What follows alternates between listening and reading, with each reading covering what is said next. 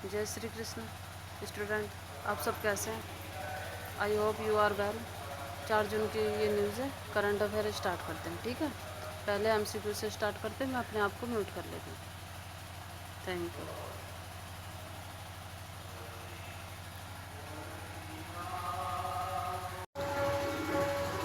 MCQ नहीं friend, student, ये महत्वपूर्ण दिन और तिथियों से पहले स्टार्ट करते हैं अपने क्वेश्चन आंसर। पहला है 1 जून को विश्व दुग्ध दिवस मनाया जाता है, हर साल मनाया जाता है। और 1 जून को ये भी वैश्विक अभिभावक दिवस भी मनाया जाता है। दूसरा है 2 जून को अंतर्राष्ट्रीय सेक्स वर्कर दिवस मनाया जाता है। तीसरा है 3 जून को विश्व साइकिल दिवस मनाया जाता है। और अपना 4 जून को आक्रामकता के शिकार मासूम बच्चों का अंतर्राष्ट्रीय दिवस मनाया जाता है। हर साल 4 जून को संयुक्त राष्ट्र द्वारा मासूम बच्चों के उत्पीड़न के शिकार होने का अंतर्राष्ट्रीय दिवस मनाया जाता है, ताकि दुनिया भर में बहुत कुछ झेलने वाले और शारीरिक, मानसिक और भावनात्मक शोषण के शिकार बच्चों के बारे में जागरूकता बढ़ाई जा सके। इस दिन संयुक्त राष्ट्र बच्चों के अधिकारों की रक्षा के लिए अपनी प्रतिबद्धता की पुष्टि करता है, ठीक है।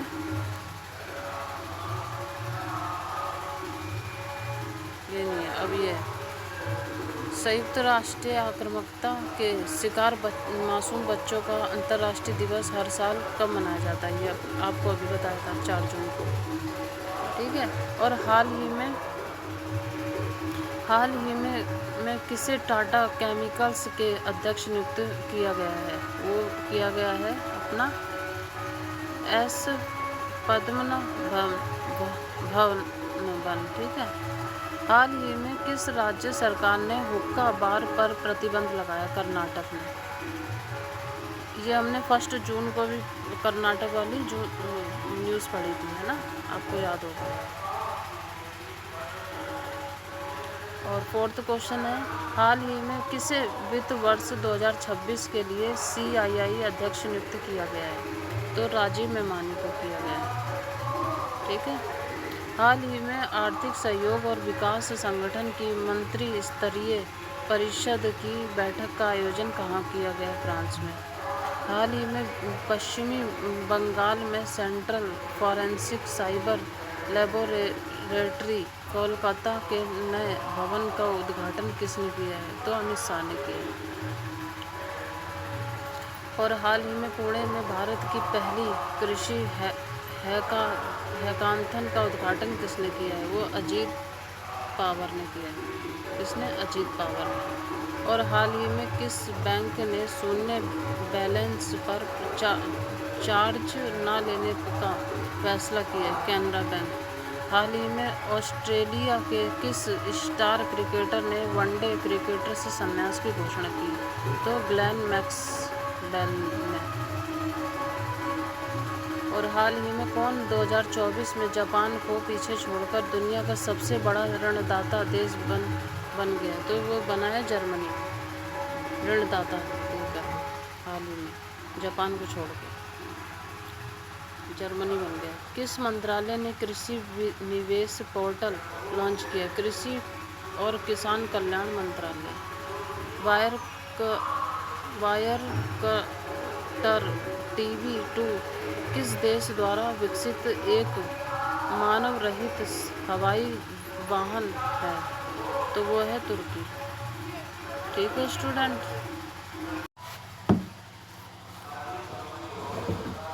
और 12 क्वेश्चन है आपका, वायरकटर TB2 किस देश द्वारा विकसित एक मानव रहित हवाई वाहन है? तो ये है तुर्की, ठीक है स्टूडेंट। और लास्ट आपका 13 क्वेश्चन है कि नक्शा कार्यक्रम किस सरकारी पहल के तहत क्रियान्वित किया जाता है? तो डिजिटल इंडिया भूमि अभिलेख आधुनिकीकरणीय कार्यक्रम द्वारा। और एक और है, हाल ही में कनाडा जिले के देहरा विधानसभा क्षेत्र में सीएम सुक्खू ने लगभग 100 करोड़ रुपए की लागत की कितनी विकास परियोजनाओं का उद्घाटन व शिलान्यास किया? तो 6। हाल ही में कबड्डी वर्ल्ड कप कैंप में हिमाचल प्रदेश की कितनी बेटियां भाग लेंगी? तो वो 5।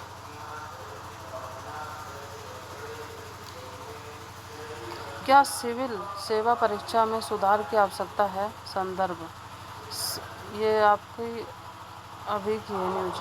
तो संघ लोक सेवा आयोग द्वारा आयोजित सिविल सेवा परीक्षा भारत की प्रशासनिक सेवाओं का द्वार खोलती है, ठीक है, जो शासन और नीति क्रियान्वयन को आकार देती है। हालांकि वर्षों से इसकी संरचना, निष्पक्षता और प्रभावशीलता को लेकर चिंताएं उभरी हैं, जिससे सुधार की आवश्यकता पर चर्चा हुई है।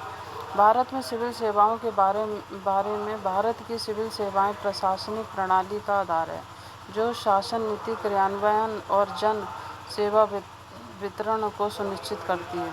संरचना है अखिल भारतीय सेवाएं, भारतीय प्रशासनिक सेवा, भारतीय पुलिस सेवा और भारतीय वन सेवा। तो इन चीज़ों में सुधार करने की आवश्यकता है या नहीं है, वो बता रखी है। लेकर चिंताएं, कुछ फॉरम में जैसे चिंताएं हो जाती हैं, तो इस चीज़ के बारे में आप सही से इसको एक बार रीड कर लेना, समझ लेना। केंद्रीय सिविल सेवाएं, भारतीय विदेश सेवाएं। भारत की सिविल सेवाएं प्रशासनिक प्रणाली का आधार है, जो शासन, नीति क्रियान्वयन और जन सेवा वितरण को सुनिश्चित करती है। ये ठीक है, बात है ना। और संरचना अखिल भारतीय सेवाएं, भारतीय प्रशासनिक सेवा, भारतीय पुलिस सेवा, भारतीय वन सेवा, केंद्रीय सिविल सेवा, भारतीय विदेश सेवा, भारतीय राजस्व सेवा और भारतीय लेखा परीक्षा सेवा आदि। राज्य सिविल सेवाएं, राज्य लोक सेवा आयोगों द्वारा संचालित।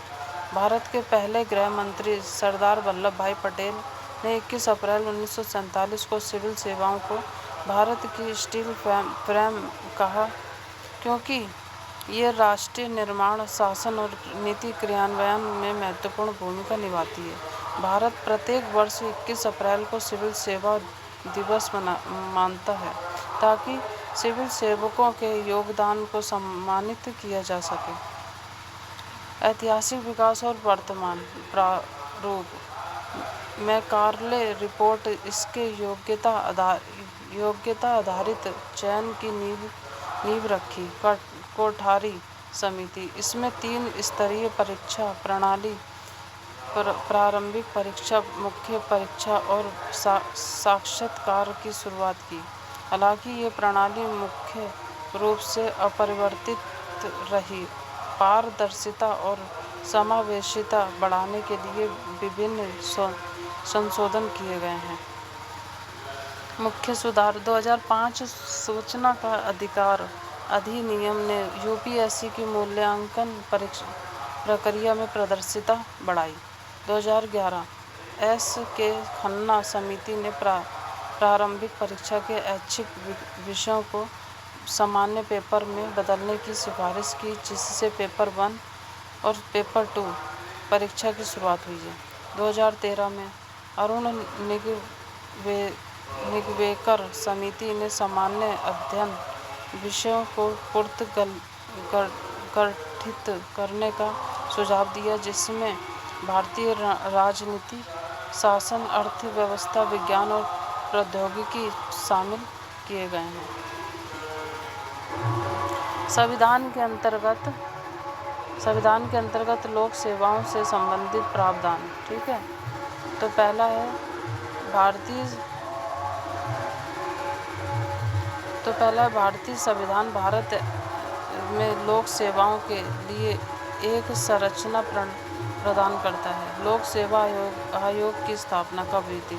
अनुच्छेद 315 संघ सेवा लोक सेवा आयोजन यूपीएससी और राज्य लोक सेवा आयोग एसपीएससी की स्थापना अनिवार्य करता है। राज्य द्वारा प्रस्ताव पारित करके संयुक्त लोक सेवा आयोग की स्थापना किया जा सकता है।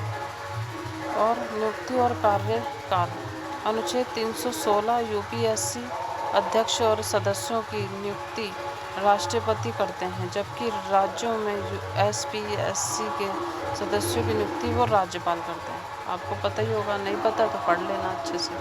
सदस्य 6 वर्ष या 65 वर्ष या 52 वर्ष तक पद पर रहते हैं। ठीक है। इसके अनुच्छेद 320 के अंतर्गत लोक सेवा आयोग की जिम्मेवारियां शामिल हैं। सिविल सेवा परीक्षा आयोजित करना और भर्ती, पदोन्नति और अनुशासनात्मक मामलों पर सलाह देना, पेंशन और कानूनी व्यय के दावों का निपटान करना, हटाने की प्रक्रिया और सुरक्षा। अनुच्छेद 317 सर्वोच्च न्यायालय की जांच के बाद राष्ट्रपति दुर्व्यवहार के आधार पर सदस्यों को हटा सकते हैं। सेवा शर्तों के उनके प्रतिकूल नहीं बदला जा सकता है। ठीक है। वित्तीय स्वतंत्रता। UPSC और SPSC का व्यय भारत राज्यों के समेकित निधि से लिया जाता है, जिससे उनकी स्वायत्तता सुनिश्चित की जाती है। वर्तमान प्रणाली की चुनौतियाँ।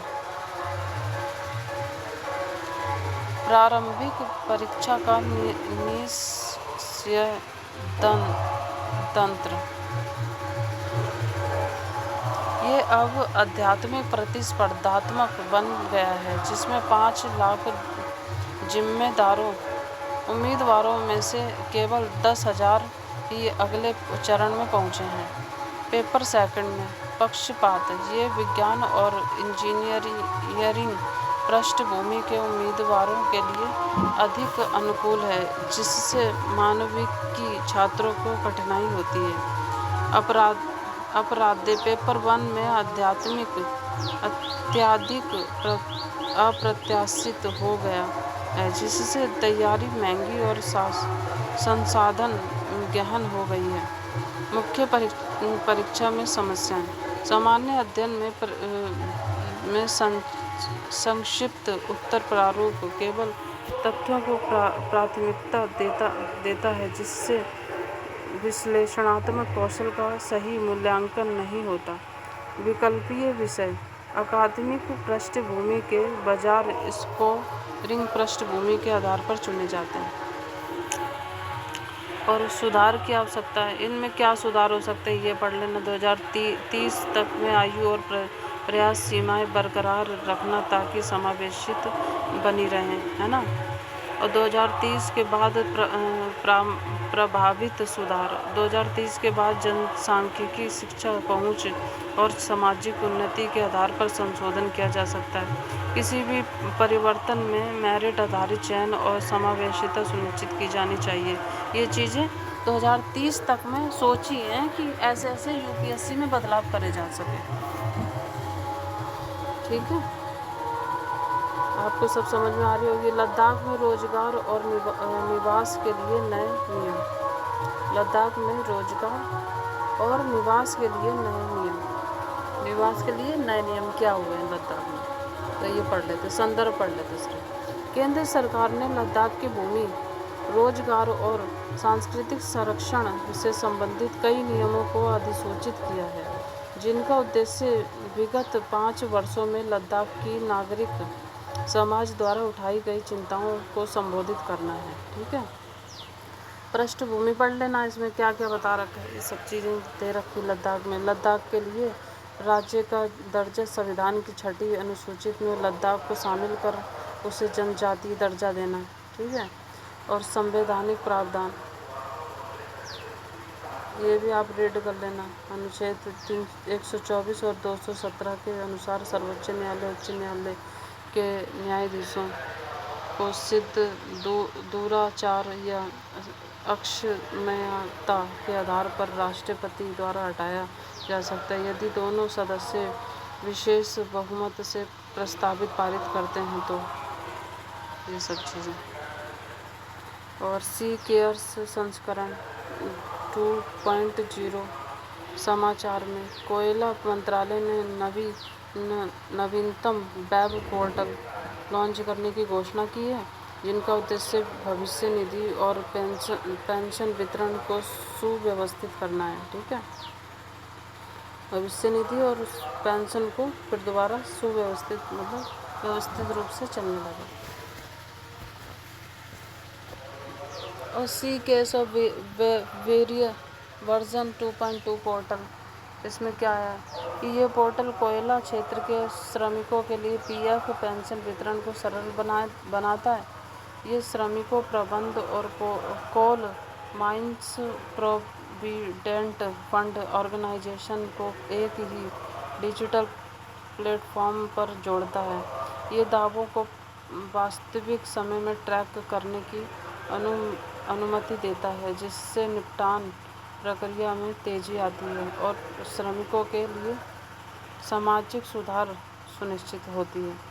इसे उन्नत कंप्यूटरिंग विकास केंद्र द्वारा विकसित और डिज़ाइन किया जाता है।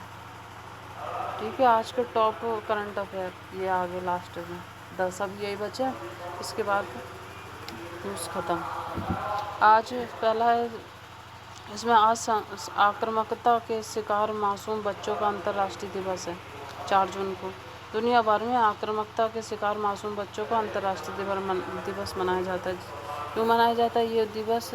युद्ध, हिंसा जैसे आक्रमण से बच्चे पीड़ित हो रहे हैं, तो पीड़ा को याद करने और उनके अधिकारों को रक्षा करने व उचित कार्यवाही करने के लिए मनाया जाता है। ठीक है, और IPL 2025 का खिताब रॉयल चैलेंजर्स बेंगलुरु ने अपने नाम किया है। बेंगलुरु ने अपना नाम कर लिया IPL का खिताब। इसकी न्यूज़ पूरी है। रॉयल चैलेंजर्स बेंगलुरु ने IPL 2025 का खिताब जीत लिया। RCB ने फाइनल मुकाबले में पंजाब किंग्स को अहमदाबाद के नरेंद्र मोदी स्टेडियम में 6 रन से हरा दिया। बता दें कि RCB की टीम IPL की। और आपकी तीसरी न्यूज़ है ये, केंद्रीय मंत्री डॉक्टर जितेंद्र सिंह आज 13वीं पेंशन अदालत कार्यक्रम की अध्यक्षता करेंगे। ठीक है, तो इसमें क्या है, पेंशन एवं पेंशन भोगी कल्याण विभाग कर्मियों लोक शिकायत एवं पेंशन राज्य मंत्री डॉक्टर जितेंद्र सिंह की अध्यक्षता में बुधवार 4 जून को विज्ञान भवन नई दिल्ली में पारिवारिक पेंशन विषय पर 13वीं पेंशन अदालत का आयोजन करेंगे। बता दें कि 19 विभागों तथा मंत्रालयों के पारिवारिक पेंशन मामलों से संबंधित 415 शिकायतों को निवारण के लिए अदालत में सुनवाई की जानी प्रस्तावित है। इसका उद्देश्य पुरानी और लंबे समय से लंबित शिकायतों का समाधान करना भी है। भारत और फोर्थ आपकी न्यूज़ है, भारत आज अंतर्राष्ट्रीय मैत्रीपूर्ण फुटबॉल मैच में एशियाई प्रतिद्वंदी थाईलैंड का सामना करेगा। तो क्या है इसमें, भारत कैसे मतलब सामना करेगा? फुटबॉल में फीफा के अंतर्राष्ट्रीय मैत्रीपूर्ण मुकाबले में बुधवार 4 जून को भारत का सामना थाईलैंड से होगा। ठीक है, 4 जून को आज से जैसे ये मुकाबला आज शाम थाईलैंड में पाथुम थानी के थम्मासात स्टेडियम में होगा। ये मैच भारतीय समय के अनुसार आज 6 बजे से स्टार्ट है। खेल आप जाके देख भी लेना ये मैच। नीरज चोपड़ा और क्लासिक प्रतियोगिता अब 5 जुलाई को बेंगलुरु में होगी आयोजित। नीरज चोपड़ा क्लासिक 2025 भाला फ्रैंक प्रतियोगिता का आयोजन 5 जुलाई को बेंगलुरु के श्री कातिरबा स्टेडियम में होगा। पूर्व में इसे 24 मई को आयोजित किया जाना था। ये भारत की पहली अंतर्राष्ट्रीय भाला फेंक प्रतियोगिता है और इसकी अगुवाई भारत के 2 बार के ओलंपिक पदक विजेता नीरज चोपड़ा कर रहे हैं। अयोध्या में अब राम दरबार की प्राण प्रतिष्ठा का पवित्र अनुष्ठान शुरू होगा। अयोध्या में श्री राम मंदिर की पहली मंजिल पर राम दरबार की प्राण प्रतिष्ठा का पवित्र अनुष्ठान मंगलवार 3 जून से शुरू हो गया है और लास्ट प्राण प्रतिष्ठा 5 जून तक होगा। ठीक है। मंगोलिया के पीएम लुबन तुर्कमेनिस्तान आयून एड्रिन ने इस्तीफा दे दिया। मंगोलिया के प्रधानमंत्री, इनका तो नाम ही बड़ा अजीब है, आप पढ़ लेना है ना, से ने मंगलवार को 3 जून को संसदीय में विश्वास मत हराने के बाद अपने पद से इस्तीफा दे दिया उन्होंने। ये फैसला राष्ट्रव्यापी भ्रष्टाचार विरोधी प्रदर्शनों के कई हफ्तों बाद लिया गया है। आयुष एड्रिन 4 वर्ष से अधिक समय से प्रधानमंत्री पद पर थे। ठीक है। और आपकी ये न्यूज़ है। संयुक्त राष्ट्र महासभा की अध्यक्ष चुनी गई जर्मनी की पूर्व विदेश मंत्री एनालेना बेयरबॉक। जर्मनी की पूर्व विदेश मंत्री एनालेना बेयरबॉक संयुक्त राष्ट्र महासभा की अगली अध्यक्ष निर्वाचित हुई हैं। वह इस पद पर आसानी होने वाली पश्चिमी यूरोपीय समूह की पहली और महासभा का नेतृत्व करने वाली 5वीं महिला होगी। बताना चाहेंगे कि महासभा में अध्यक्ष के पद पर विश्व निकाय के 5 क्षेत्रीय समूह के नेता ही निर्वाचित होंगे। ठीक है।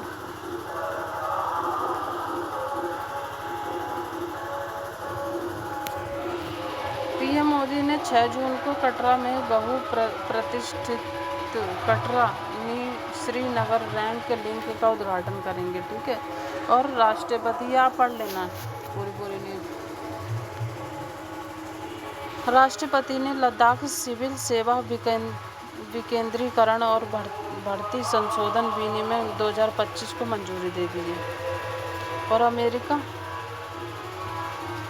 अमेरिका ने सीरिया से अपने करीब 500 सैनिकों की वापस बुलाया।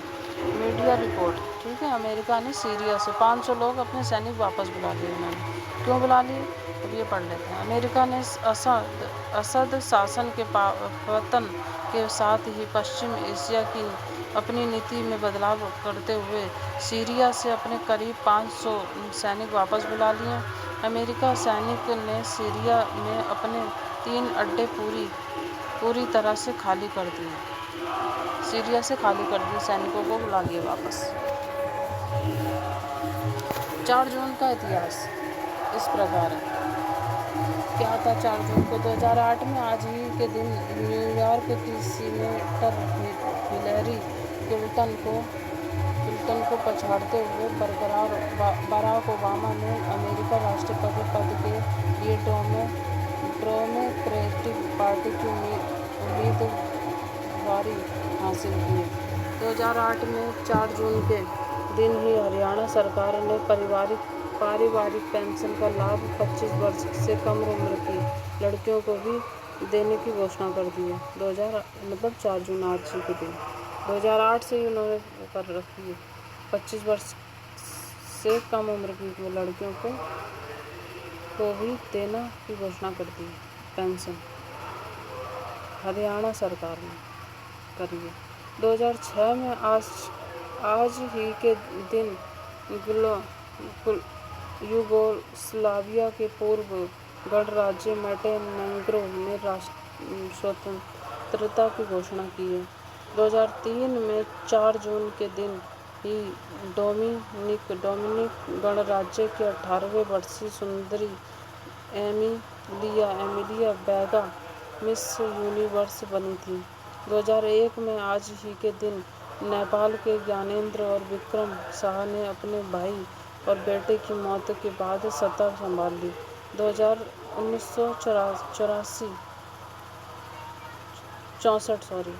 1964 में 4 जून के दिन ही मालदीव से संविधान की निर्माण किया था। 1944 में आज ही के दिन अमेरिका आर्मी ने द्वितीय विश्व युद्ध के दौरान रोम में प्रवेश कर लिया था।